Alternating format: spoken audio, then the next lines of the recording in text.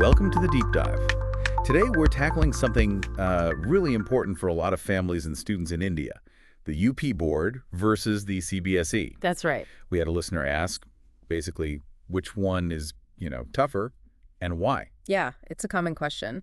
So we looked into an article that does a direct comparison, the UP board, that's Uttar Pradesh Madhyamik Shiksha Parishad, and the CBSE, the central board. Sure. And our mission today is really to pull out the key differences, give you a solid feel for each one without getting lost in too much jargon. Sounds good. So let's start at the beginning. Governing bodies, language of instruction.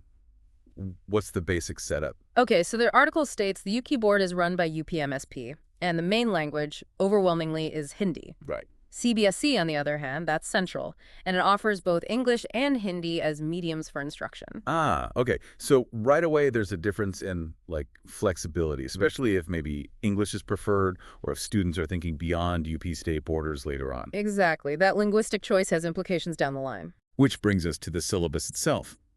The articles seem to draw a pretty sharp contrast here. It really did. The UP board syllabus, described as vast, very theoretical, lots of focus on memorization, writing long, detailed answers. Content heavy, I think was the phrase used. Content heavy. Okay.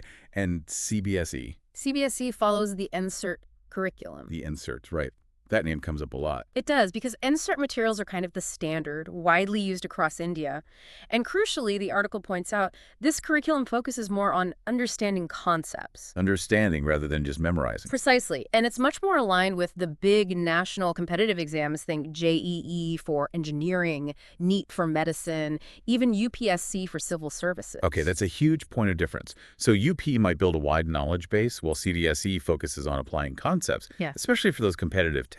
How does this play out in the actual exams, the evaluation? Another big split. The UP board exams lean heavily on theoretical papers. You need to write long, descriptive answers. And the evaluation, the marking, is described as quite strict.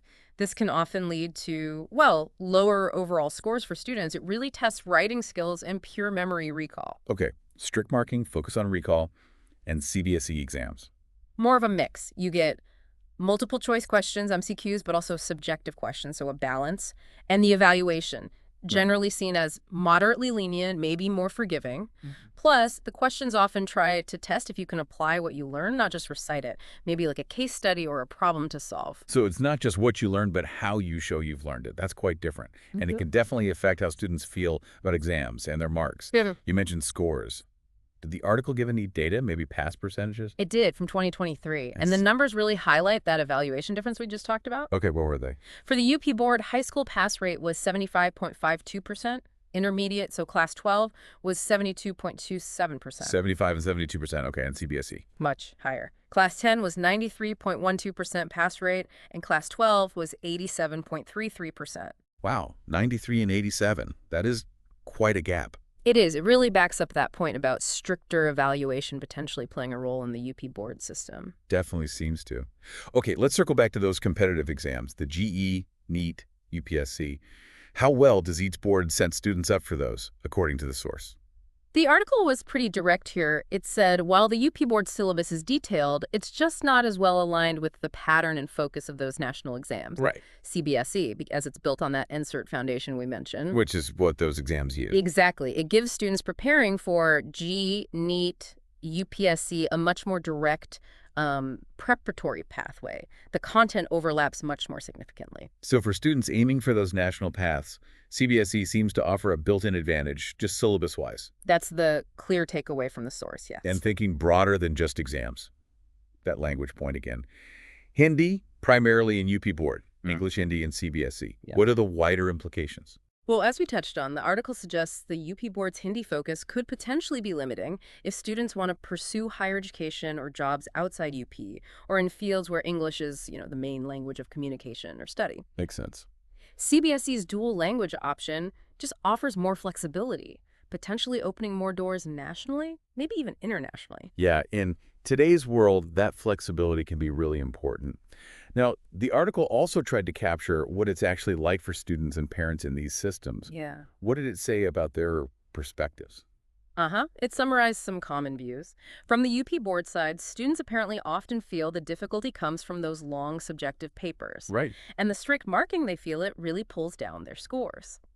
Some also mention wanting maybe more modern ways of testing and better access to English materials for competitive exams. Okay, so concerns about the exam style and scoring. What about CBSE students? Generally, they seem to feel the syllabus was, balanced, Yeah. helped them understand concepts clearly. They felt they had a better shot at getting good scores. Mhm. And they also felt they had more resources available specifically for preparing for those competitive tests. Interesting. So the student experiences kind of echo the structural points we've discussed. UP perceived as tougher, more traditional, CBSE seen as maybe more score-friendly and better aligned for certain future paths. Pretty much, yeah. The lived experience seems to reflect the system's design. So bringing it all together, based on this article's analysis, what's the final verdict? Which board is considered tougher? The article does conclude that yes, the UP board is generally considered the tougher board. Okay. And the reasons given are that strict evaluation, the syllabus being very theoretical and memory-based, and fewer tailored resources for national competitive exams. And CBSE. CBSE is painted as more, let's say, student-friendly, more geared towards helping students score well and better aligned with what's needed for higher education and those national tests. Okay, so the article gives a fairly clear answer to our listener. UP board. Tougher in a traditional academic sense. CBSE. Maybe strategically easier if the goal is scoring or specific competitive exams. So for you listening, what does this actually mean when making a choice? Well, it really boils down to individual fit, doesn't it? It depends on how you learn best, your comfort level with Hindi versus English instruction, and critically, what your goals are. Right. If someone thrives on deep memorization, is comfortable primarily in Hindi, and maybe their immediate plans are within UP, the UP board could work well, but... But if you prefer understanding concepts over rote learning, Exactly. Or if you know you're aiming for those national competitive exams, or want that English language flexibility for writer opportunities, then CBSE looks like the stronger option based on this source. that seems to be the implication, yes. More advantageous for those paths. That's a great way to put it. It's not about better or worse overall, but about the best alignment for your needs and ambitions. So the big takeaway from this deep dive. I'd say the UP board represents a more traditional, theory-heavy approach with demanding evaluation.